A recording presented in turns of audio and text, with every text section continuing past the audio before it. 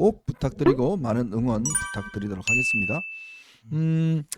참 이게 제가 요즘 이렇게 하다 보면 저한테 뭐 문자도 보내시고 전화도 하시는 분이 있는데 글쎄 저한테 뭐 왜 보수 분열을 부추기냐 앞장서고 있냐라고 이야기를 하시는데 글쎄요 제가 뭐 모르겠습니다. 뭐 일부의 의견이긴 하지만 저는 분열주의자가 아닙니다. 저는 기본적으로 뭔가 함께 가야 된다라는 그 함께 가야 되는 주의자인데 근데 막무가내로 함께 갈 수는 없거든요. 그래서 뭔가 문제점을 고치고 가야 그게 탄탄하게 갈 수가 있는 것이지 그걸 저는 추구하는 사람이지 그냥 덮어놓고 그냥 가자라고 저는 그렇게 주장하지는 않습니다. 글쎄요 제가 과연 보수의 분열을 일으키는지는 아마 여러분들이 잘 판단하시리라 믿고 그런 생각이 듭니다.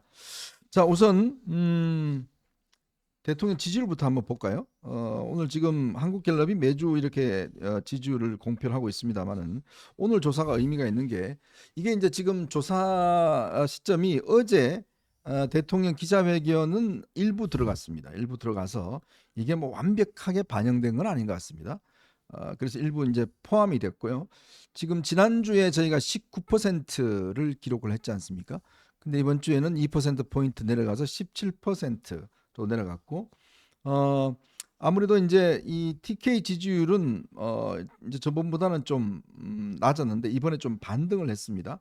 반등을 해서 부울경 같은 경우도 6% 올라서 28% 기록을 했고 대구 경북도 한 5%포인트 올라서 23%를 기록을 했습니다. 그만큼 조금 어떤 이 보수 진영 내에서 위기감이 반영됐다고 할 수 있는데 반대로 서울과 인천, 경기, 대전, 충청, 세종 이선은 굉장히 좀 많이 내렸습니다. 그래서 전체적으로 이제 이렇게 내렸는데 박 변호사님 저 지지율 보면 지난주보다 한 2%포인트 또 낮아졌어요. 그러니까 이제 지난주 목요일이었죠. 지난주 네. 목요일에 녹취가 이렇게 공개가 됐는데 그렇죠. 네, 물 한 잔 드시죠. 네, 네. 죄송합니다. 참 지지율 이야기하니까 목이 메입니다. 네, 저도 참 목이 메입니다. 이 얘기를 하면. 그래서 네. 이제 녹취가 공개가 됐는데 그 부분이 지난주에는 완벽히 반영되지가 않았어요. 네. 그래서 그 녹취에 대한 부분들이 이제 반영이 됐고 그다음에 이번 주에 그 대통령 담화가 아주 일부 반영이 된 거죠. 네. 그러다 보니까 사실 지난주부터 이번 주에는 지난주보다 낮아질 거라는 건 어느 정도 예정돼 있었습니다. 네, 그렇죠. 왜냐하면 녹취가 반영되지 않은 상태에서 20%가 깨졌기 때문에 네. 녹취가 완전히 반영되게 되면 20%가 깨진 선에서도 좀 더 내려갈 것이다. 심지어 15% 근방이 될 것이다라는 이야기까지 있었는데 그래도 17% 선에서 하락세가 멈춘 것은 아까 말씀드린 대로 TK, PK 지역의 우리 전통 지지층이 좀 결집을 해줬고요. 네. 그다음에 이제 녹취가 반영이 되다 보니까 제가 있는 지역구와 같은 이제 수도권 지역은 이와 같은 녹취 같은 거에 굉장히 민감합니다. 그렇죠. 그래서 이 지역들에서 확 내려간 거죠. 이러한 지점들이 지금 반영이 된 거고 여기 17%가 저점이 될지 안 될지에 굉장히 중요한 그 순간이 다음 주에 우리를 기다리고 있다. 네. 저는 이렇게 생각을 해요. 그래서 오늘 한동훈 대표가 그 오전에 올린 페북글 자 한번 그 네. 감독님 한번 띄워주실까요? 네. 오전에 올린 페북글을 보면은 굉장히 중요한 포인트를 강조를 하고 있습니다. 바로 구체성과 속도죠. 네. 그래서 민심에 맞는 수준이라는 것은 뭐 그동안 국민의 눈높이란 이야기에서 굉장히 자주 반복적으로 나왔던 요건인데 오늘 올라온 페북글에 중요한 포인트 두 개가 바로 저 구체성과 속도입니다. 근데 자 15일이죠. 다음 주 금요일 이재명 대표의 공직선거법 위반 1심 판결 선고가 예정되어 있습니다. 네. 자 그러면 우리가 15일에 나온 어찌 보면 우리 당의 최고의 호재기도 해요. 이 호재를 살리기 위해서는 다음 주 안에 어찌 보면 대통령의 담화, 대통령의 사과를 구체화될 수 있는 방안을 속도감 있게 해야 된다라는 것을 네. 이야기한 것입니다. 네. 그러면 그게 무엇일까라고 생각을 한다면 그걸 얘기를 한 거죠. 바로 특별감찰관이에요. 어제 저녁에 제가 이제 그 천목회가 있었어요. 천목회가 어제 저녁에 강의가 있었다면서요? 예, 김종인 전 비대위원장을 모시고 천목회가 있었는데 김종인 전 비대위원장이 강의를 하는 중간에 채널A에서 단독 기사가 하나 떠요. 채널A에서 뜬 단독 기사가 뭐였냐면 바로 특별감찰관과 그리고 북한인권재단 이사의 연계를 풀겠다는, 그러니까 북한인권재단 이사 추천과 무관하게 특별감찰관 임명을 하겠다는 대통령실 고위관계자의 워딩이 채널A 단독 기사로 어제 저희 천목회 강연 중에 뜹니다. 그래서 그 김종인 비대위원장, 전 비대위원장 강연이 끝나고 나서 기념사진 촬영까지 다 하고 나서 저희들끼리 긴급히 회의를 했어요. 네. 예, 그래서 회의를 해가지고 어제 있었던 그 대통령 담화에 대한 그 부분에 대해서 천목회의 입장을 내는지에 대해서 논의를 했는데 두 가지 사안에 대해서 제가 이야기를 하자. 하나가 이제 첫 번째가 바로 김건희 여사에 대해서 그 활동 중단에 대한 전향적 입장을 표명한 것, 그리고 그때 이제 또 단독 기사가 TV조선 쪽에서 하나가 나온 게 이제 이번 달에 해외 일정을 순방을 함께 가지 않겠다라는 거였거든요. 그래서 이번 달 해외 순방에 김건희 여사가 가지 않는다라는 거, 요거 하나에 대해서 우리가 찬성의 입장 또는 동의의 입장 또는 지지의 입장을 얘기를 하고, 두 번째 특별감찰관 제도와 북한인권재단 이사 추천 이 두 가지를 풀어낸 것에 대해서도 이것도 찬성하는 입장을 이야기하자라고 했어요. 그래가지고 어젯밤에 긴급히 밤 9시경에 저희가 그 점을, 천목회는 범개파 모임입니다. 그렇죠. 예. 그날 어제 천목회에는 소위 말하는 친윤계 인사들도 있었어요. 그 이상규 위원장도 있죠. 예, 이상규 위원장도 있었고 김기흥 위원장도 있었고. 네네. 그래서 그랬는데 제가 그 문구를 만들어 가지고 이 문구를 천목회 이름으로 나가자고 했을 때 어제 참석한 전원이 누구도 그 문구에 대해서 반대하지 않았습니다. 네. 그러니까 우리 당의 모든 계파가 모인, 그나마 이제 젊은 세대인데 젊은 세대에서 모든 계파가 모인 단체에서 적어도 김건희 여사의 활동 중단과 그 다음에 이제 해외 순방 중단, 그리고 특별감찰관의 즉시 임명, 이 세 가지는 합의를 본 거나 마찬가지였어요. 네. 그래서 그 부분에 대해서 합의를 본, 거의 어제 참석한 사람들은 전부 만장일치로 해서 입장문이 나가버렸거든요. 그런 상태에서 오늘 아침에 한동훈 대표가 속도감 있고 구체적인 걸 얘기를 하면서 특별감찰관 얘기를 했단 말이죠. 네. 자, 이제 이렇게 되면 특별감찰관을 15일 이전에 우리 당의 당론으로 정해버려야 됩니다. 네. 그거를 정해버려야 되고, 그러려면 추경호 원내대표가 의총을 14일이 본회의예요. 14일이 본회의이기 때문에 추경호 원내대표가 의총을 12일 또는 13일에 소집해 줘야 됩니다. 네. 만약에 추경호 원내대표가 소집을 안 한다고 한다면 최고위원회의나 뭐 이렇게를 통해서라도 소집을 해야 된다고 저는 생각을 합니다. 네. 그래서 반드시 12일이나 13일에 의원총회를 개최하도록 하고, 거기서 특별감찰관을 당론으로 정하고, 그래서 우리가 정말 변화와 쇄신을 하겠다라는 모습을 확실히 보여준 뒤 15일에 이재명 대표의 선고가 당선 무효용이 나온다면 다음 주 갤럽 조사는 20% 뚫고 올라갈 거라고 봅니다. 네. 그리고 지지율 반등을 이뤄낼 수 있을 거라고 생각을 합니다. 근데 이 부분에 있어서 한 가지 정말 걱정스러운 점은, 추경호 원내대표가 됐든 누가 됐든 대통령실에서 지금 이미 그걸 연계를 풀겠다고 얘기를 했잖아요. 네. 그러니까 천목회에서 입장을 발표했는데도 이에 대한 반박 기사도 나오질 않고 있어요. 오히려 김건희 여사 순방에 대해서 이번 달에 안 한다는 거 확인하는 기사만 아까 나왔습니다. 그러니까 이제 대통령실도 그러한 뜻을 보여준 거거든요. 그리고 오늘 아침에 대통령실에서 무슨 워딩이 들어갔냐면 입장을 발표하면서 변화와 쇄신이라는 워딩을 썼습니다. 대통령실에서. 그래서 우리 당에서 쓰는 그 워딩을 그대로 대통령실이 가져다 썼어요. 그러면 우리 당의 소위 친윤이라는 의원분들도 이제는 한동훈 대표의 말에 따라서 똘똘 뭉쳐서 한 목소리로 당의 변화와 쇄신, 정부의 변화와 쇄신을 위해서 다음 주에 나가는 모습을 보여줘야 됩니다. 절대 의원총회에서 뭐 이렇게 토론하고 다투고 이러는 게 아니라 이것만큼은 속도전으로, 정말 구체적인 속도전으로 나아가야 된다. 예, 그 부분이 정말 중요하고, 그 부분만 지켜진다면 다음 주에 우리는 20%, 25%도 뚫고 올라갈 여력이 있다라고 생각합니다. 네. 너무 많은 내용을 한 번에 이야기하시면 우리 분들이 네. 이 기억이 안 되시니까 제가 끊어서 그렇게 좀 이야기해 주셨으면 좋을 것 같습니다. 여러분 소리 잘 들리시나요? 어떤 분들은 소리가 잘 안 들리신다고 그러는데 괜찮으신지 모르겠습니다. 크게 문제는 없는 것 같은데. 자, 그래서 오늘 한동훈 대표의 메시지의 의미는 거기에 있는 것 같습니다. 아마 제가 알기로 꽤 고민을 많이 한 것 같습니다. 이게 지금 이제 일각에서 야 너무 좀 내용이 어제 대통령의 어떤 회견이 국민들에게 어떤 눈높이에 맞지 않다.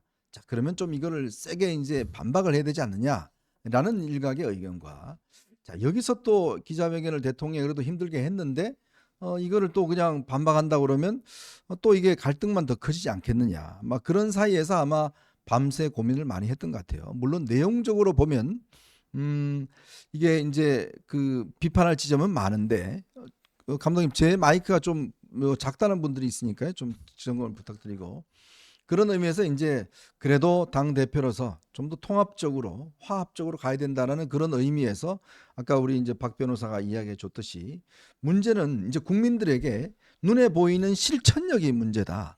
자, 뭘 할 거냐 그러면 말로는 했는데 그럼 뭘 할 거냐? 자, 그게 바로 이제 김건희 여사의 활동 중단에 대한 어떤 가시적인 성과, 그다음에 이제 특별감찰관에 대한 것들 이런 것들을 이제 이야기를 해야 돼. 어제 아마 대통령은 특별감찰관에 대해서 그냥 국회 추천하면 뭐 하겠다 그런 원론적인 이야기만 했잖아요.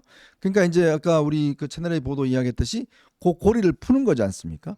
저는 그러면 이제는 대통령이 수용을 했기 때문에 저는 뭐 당에서 이 문제를 만장일치로 사실은 논의를 하면서 한다 그러면 국민들 보시기에 저 사람들 진짜 이제 하는 거네? 라고 한다면 변화를 좀 느끼지 않을까 그런 생각이 들거든요. 네, 그렇습니다. 그러니까 정부에서 사실상 어찌 보면은 확실하게 그 대통령실에서 시그널을 준 거지 않습니까? 네. 여기에 대해서 만약에 다른 말이 우리 당 내에서 의원들이나 이렇게 해서 소위 친윤이라는 쪽에서 다른 말이 나오면 국민들은 이제 어떤 생각을 하게 되냐면 대통령실이 겉으로 한 말과 뒤로 생각하는 게 다른 거 아닌가? 네. 친윤 의원들을 통해서 다른 본심을 보인 게 아닌가? 이렇게 되면 지금 우리가 이 닥쳐 있는 이 위기의 마지막 기회를 저는 날린다고. 그렇죠. 그래서 지금 우리가 시간이 많지가 않아요. 15일 전에 이것을 확실하게 우리가 그 의지를 드러내는 행동을 보여줘야 됩니다. 그래서 그 행동을 우리가 보여줘야 되고요. 저는 아까 아침에 다른 방송에서 제가 이야기를 했지만 지금 저는 지난주 목요일 날 그 방송을 듣는 순간 어떤 생각을 했냐면 이제 우리 당에는 우리 정부에는 친윤도 친한도 없다. 왜냐하면 평화 시기에 백사장에 모여서 뭐 진주조개를 네가 갔네 내가 갔네 이러고 싸울 수는 있어요. 근데 지난주 목요일 명태균의 그 녹취가 터진 순간에 뭐였냐면 대통령의 이제 공천 개입 관련. 그렇죠. 그 육성이 직접 나오지 않았습니까? 저는 이 육공하고 헌정 질서 아래에서 재임 중에 대통령 육성이 이렇게 나오는 거 처음 봤어요. 정말 위기입니다.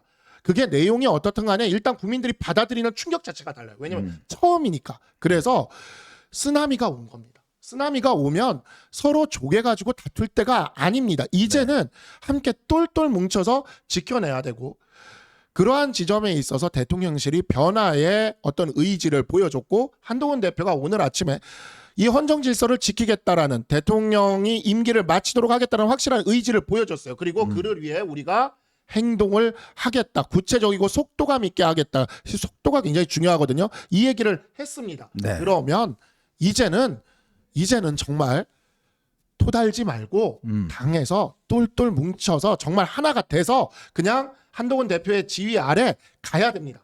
그래서 추경호 원내대표도 다른 얘기를 하실 게 아니라 그냥 12일, 13일 중에 의총을 열고 의원들도 뭐 그런 논의할 거 없이 대통령실이 그렇게 하자 그랬고 한동훈 대표가 그렇게 하자 그랬으면 그냥 이제 당 정이 다 합쳐진 거예요. 그러면 그냥 쭉 박수 치면서 당론으로 정하고 밀고 나가야 된다.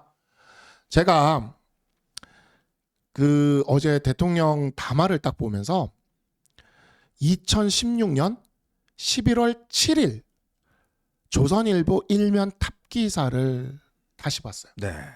2016년 11월 7일 조선일보 일면 탑이 뭐냐면요.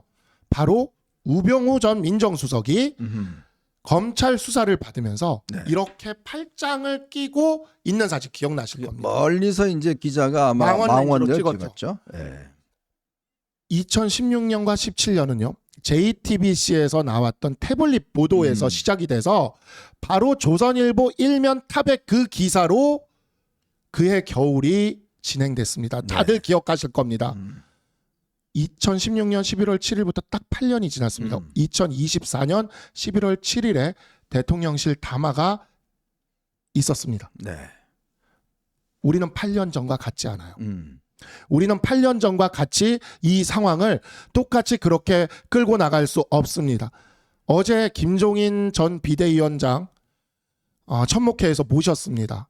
제가 모시자고 했어요. 제가 김종인 비대위원장님을 한번 부탁드려 보자고. 네. 왜 그랬냐면 저는 정말 그 상황이 너무나 또 한 번 더 그 8년 전 같은 상황이 펼쳐지는 걸 너무나 원하지 않습니다. 그래서 자 그러면 국민의힘이 가운데 있습니다. 그런데 어떠하냐면 왼쪽에는 개혁신당이라는 당이 있습니다. 그 당이 3점 몇 프로인지 득표를 해갔어요. 오른쪽에는 자유통일당이라는 당이 있습니다. 그 당이 2.3%를 가져갔습니다. 지난 총선에서. 자 지난 대선에서 심상정이 가져간 그러니까 민주당의 왼쪽에서 심상정이 가져간 표가 2.3%입니다.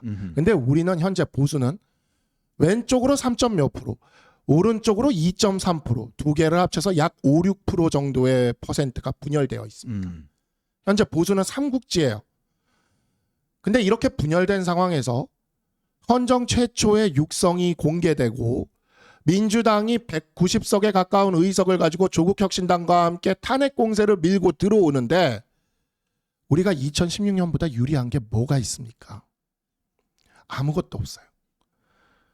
오직 하나가 있습니다. 한동훈 대표가 국민의 민심에 따라서 반응하고 이에 따라서 대응하겠다는 의지를 불태우고 있어요.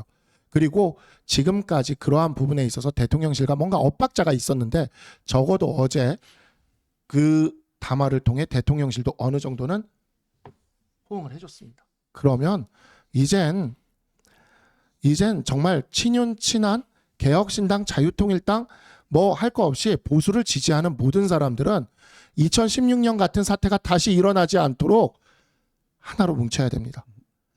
예, 하나로 뭉쳐서 이 상황은 지켜내야 된다고 생각을 합니다. 네. 적어도 우리 당 안에서는 흔들지 않았으면 좋겠어요. 네. 그러니까 지금 그 아마 대통령실도 제가 좀 취재를 해보니까 많은 참모들이 대통령에게 굉장히 아마 뭐라고 할까요? 정말 직을 걸고 여러 가지 건의를 했다고 그래요. 그건 뭐냐면 반드시 대통령이 해외에 나가기 전에 기자회견을 해야 된다라는 의견을 일부 참모들이 굉장히 강하게 이야기를 했다고 합니다. 지금 아마 뭐 주경호 원내대표가 뭐 본인이 이야기를 했다고 이야기를 하는데 물론 그것도 영향이 있었을 것이고요.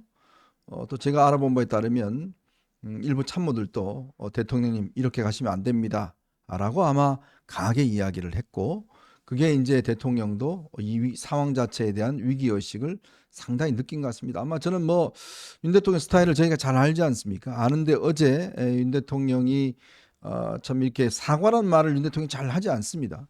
근데 어제 사과라는 이야기와 함께 국민들에게 고개를 숙이는 모습을 보면서 굉장히 절박하게 지금 느끼고 계시구나. 물론 뭐 그 이후에 뭐 여러 가지 이야기들 뭐 등등에 대해서는 뭐 논란이 있겠지만 이 상황 자체가 지금 엄중하다라는 데 대해서는 아마 위기감은 분명히 느끼고 있는 것이고요. 그렇기 때문에 이거를 이제는 당이 주도가 돼서 문제를 해결하는, 즉 어제의 어떤 대통령의 회견은 제가 볼 때는 이제 지금부터 이제 앞으로 문제를 풀어나가는 것은 이제 당의 역할이다.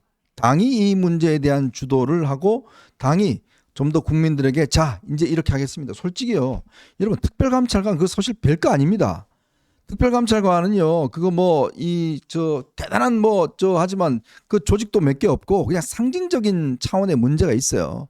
그럼 그만큼 국민들이 뭐라고 느끼시냐면 그래 이제 그런 문제를 좀 감시할 사람이 있네.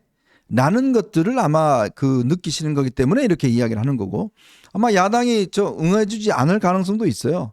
야당이 우리는 특검이다 응해줄 수 있지만, 그러나 중요한 것은 우리가 여권이 한 목소리로 이걸 하겠다라고 하는 게 중요한 거 아니겠습니까? 네, 맞습니다. 우리가 한 목소리로 하게 되면 그거를 이루어지 못하게 된 거는 민주당 잘못인 겁니다.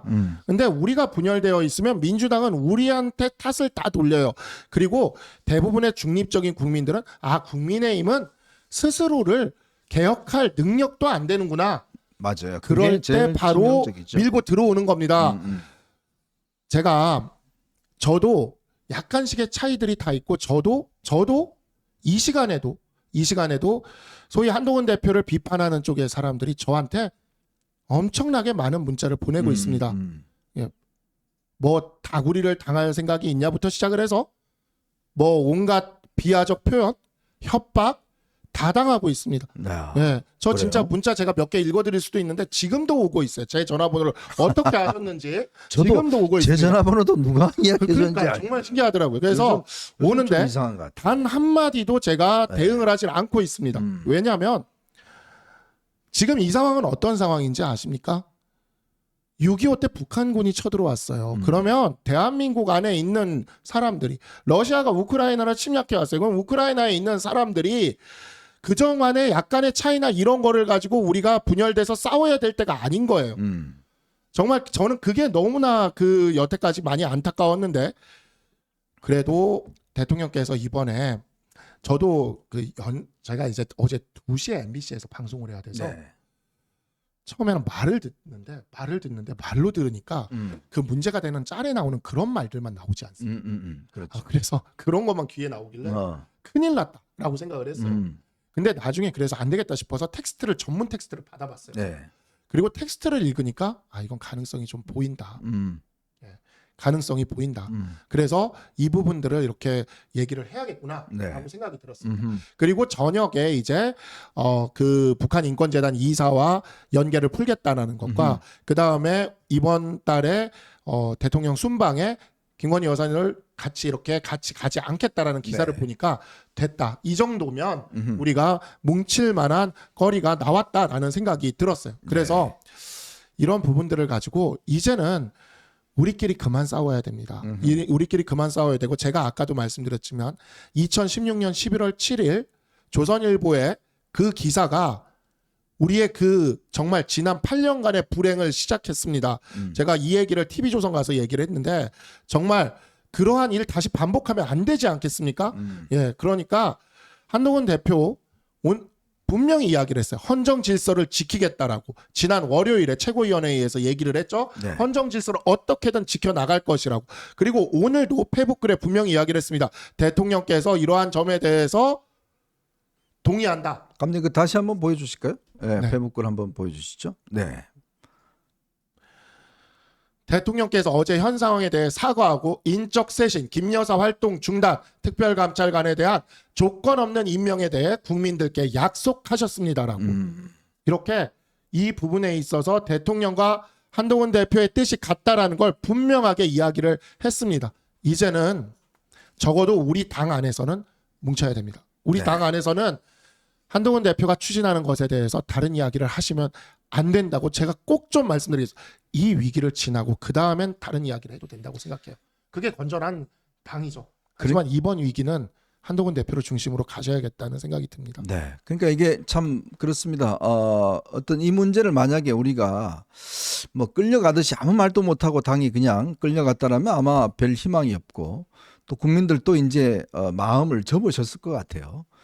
제가 그동안 여론조사 나온 거 다 분석을 해드렸습니다만은 하나 이제 방파제가 있는 거 아니겠습니까? 예전과 다른 점은 지난 박근혜 정부 때 그 탄핵 국면과 다른 것은 우리의 보수 지지층들이 여전히 여기에 머물고 계시다는 거예요. 즉 희망을 그래도 갖고 계신다는 거거든요. 이재명한테는 안 간다는 거죠. 그때는 넘어가 버렸습니다. 넘어가 버렸기 때문에 그때도 의원들도 넘어가고 60몇 명이 동조해버리고 탄핵에 그냥 바로 된 거 아니겠습니까? 근데 지금은 안 그래요. 왜? 희망이 있기 때문에 그렇습니다. 뭔가 스스로가 수정할 수 있는 희망과 뭔가 이거를 촉발시킬 수 있는 세력이 있기 때문에 난 넘어가시는 거예요. 그러니까 그러면서 계속 지켜보는 겁니다. 너네들 잘하는 거 내가 한번 보자. 어떻게 하나 한번 보자. 라고 지금 국민들이 보고 계신 거고 그 제일 앞부분에 이제 한동훈 대표가 있는 것인데 그래서 이제 하나하나 대통령도 이 부분에 대해서 동의하고 저는 뭐 함께 하시는 부분이 분명히 있다라고 하고 어제 회견에서 뭐 부족한 점은 있지만 그래도 대통령이 정성 어린 진심 어린 어떤 본인의 어떤 뜻을 밝힌 부분이 있기 때문에 아까 우리 박 변호사도 이야기를 했지만 이제부터는 조금 수습 국면으로 넘어가야 될 국면이다. 그러기 위해서는 이제 단계로 특별감찰관 그다음에 이제 좀 더 분명한 김건희 여사의 어떤 뭐 사과의 메시지라든지 뭐 이런 것들이 이제 앞으로 있어 준다 그러면 나름대로 국민들은 그래 한 번 더 너네들한테 희망을 줘볼게라는 어떤 의미들 그리고 그 다음부터는 다음 주부터는 아마 이 시간에 다음 주 금요일 이 시간에는 우리가 좀 좋은 소식을 전해드려야 될 거 아니겠습니까? 맞습니다. 그죠? 맞습니다. 그러면 그거를 우리가 또 떠안을 수 있는 거니까요. 네, 네. 그런 기대를 해봅니다. 제가 진짜 그 지난번에 그 서정욱 변호사님이 네, 우리 저희 위원님도 이따가 가시지 않습니까? 어디요? 다음 방송. 아, 그렇죠. 그러니까 맞아요. 이게 지금 되게 재밌는 게 서정욱 변호사님은 계속 있는데 네, 예, 위원님이랑 저랑 이렇게 교대됐죠. 예, 교대를 하고 음, 있는데 그렇게 하는데 서정욱 변호사님이 그 다른 어떤 유튜브에서 네. 그 한 거를 저도 그것도 제보를 받았어요. 저도. 아, 페이스북 메신저. 예, 예. 근데 제가 또 워낙 피 끓는 사람이라 가지고 어. 제가 그거를 또 페이스북에 올린 다음에 음, 오늘 서정욱 변호사한테 네. 방송 중에 생방송 중에 묻겠다라고 제가 거기다가 선언을 해놨어요. 그래요? 예, 서정욱 변호사한테 아, 진짜 죽어도 한동훈 안 찍고 이재명 찍을 건지 네, 네. 내가 진짜 오늘 그 방송 중에 내가 묻겠다라고 그 대놓고 올렸고 오, 재밌겠는데. 예, 제가 그거를 진짜 했는데 네. 어제 그 뭐라고 대통령 그래요? 말씀과 네. 오늘 한동훈 대표 이걸 보고 미리 말씀을 드리지만 오늘 따로 묻진 않겠어요. 네, 방송 가서 제가 엄청 따로 쫄았을 묻진 것 같은데. 예, 제가 묻는다고는 했지만 네. 예, 정말 그러니까 서정욱 변호사도 그렇고 그 분들도 이제는 정말 대통령을 정말 지지하고 사랑한다. 네. 이제는 정말 큰 마음에서 같이 함께 가줄 것을 좀 부탁을 드리겠습니다. 네, 제가 또 혼냈습니다. 하여튼 뭐 지 뜻은 그게 아니다라고 하는데 하여튼 뭐 좀 혼을 냈습니다. 하여튼 참. 근데 감독님 우리 계속 이 뭐 소리가 잘 안 들으신다는 메시지 오는데 아마 여러분들 조금 그 들으시는 볼륨을 좀 높이시든지 저희는 아마 괜찮으시죠? 여러분들 소리 들리시는데 예. 들어오시면 뭐 안 들리시면 다시 한번 좀 문자로 해주시면 되겠습니다. 자, 저희는